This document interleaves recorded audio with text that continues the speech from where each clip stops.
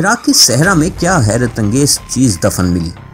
आखिर ये किसने छुपाई थी और इसका मकसद क्या था? आज हमारे चैनल नामालूम से मालूम तक में हम यही आपको बताएंगे। तो देखते रहिए हमारा चैनल नामालूम से मालूम तक।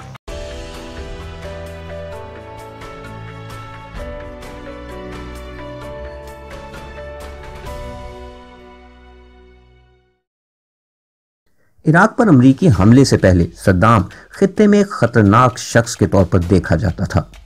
सद्दाम के दौर में इराकी फौजी ताकत में बेपनाह इजाफा हो चुका था। खित्ते में मौजूद दूसरे ममालिक के साथ भी सद्दाम के ताल्लुकात कुछ ज़्यादा अच्छे न थे। इसीलिए खित्ते के दूसरे ममालिक जैसे कुवैत, सऊदी अरब और ईरान सद्दाम की फौजी ताकत बढ़ने से खुश न थे।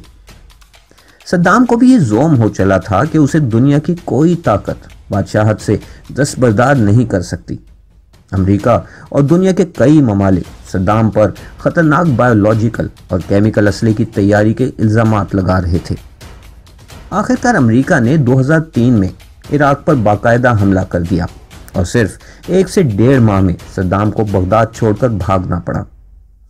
इराक पर कब्जे के बाद अमेरिका को सद्दाम के खतरनाक बायोलॉजिकल और केमिकल हथियार तो ना मिले, अलबत्ता बहुत सी दूसरी अजीबोगरीब चीज़ें ज़रूर मिली। इनमें सोने से बनी बंदूकें, सोने से बनी कुर्सियां, दरवाजे, सोने से तैयार करदा नलके और वॉशरूम्स शामिल थे। इराक का बहुत बड़ा इलाका सहरा पर मुश्तमिल है। अमेरिका को ख्याल हुआ कि हो सकता है कि सद्दाम ने अपने खतरनाक हथियार सहरा में छुपा रखे हों। इसलिए सहरा में इन हथियारों को ढूंढने के लिए ऑपरेशन का आगाज़ किया गया। सहरा के बड़े इलाके को खंगाला गया, मगर खतरनाक नौइयत के कोई हथियार ना मिल सके। एक दिन किसी मुखबर ने इत्तला दी कि इराक के मगरिब में मौजूद अल तकद्दुम एयरफील्ड के करीब कोई अजीब सी चीज़ रेत से निकलती नजर आ रही है। जब अमरीकी फौजियों की टीम वहां पहुंची तो मालूम हुआ कि ये इराकी लड़ाका जहाज MiG-25 का पिछला हिस्सा था। मजीद खुदाई से मालूम हुआ कि ये एक सही सलामत जहाज था जिसे जानबूझकर रेत में दबा दिया गया था। दूसरे लफ्जों में इस लड़ाका जहाज को यहाँ जानबूझकर छुपाया गया था। मजीद तलाश पर दर्जनों रूसी साख्त के MiG-25 और Su-25 जहाज सहरा में दफन पाए गए।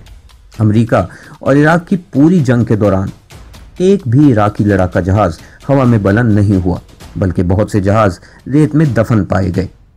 अब सवाल ये पैदा होता है कि आखिर ये जहाज रेत में किसने दफन किए थे और ऐसा करने का मकसद क्या था?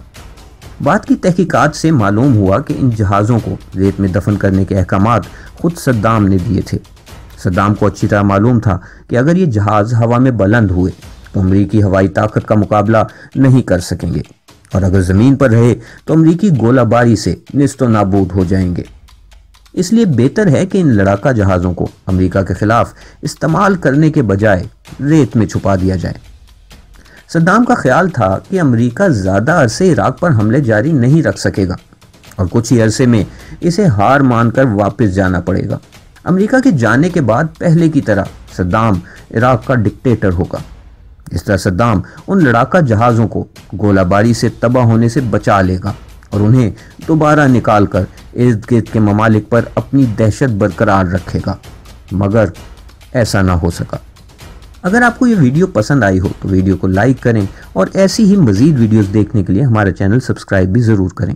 कमेंट्स में अपनी कीमती राय से भी आगाह करें।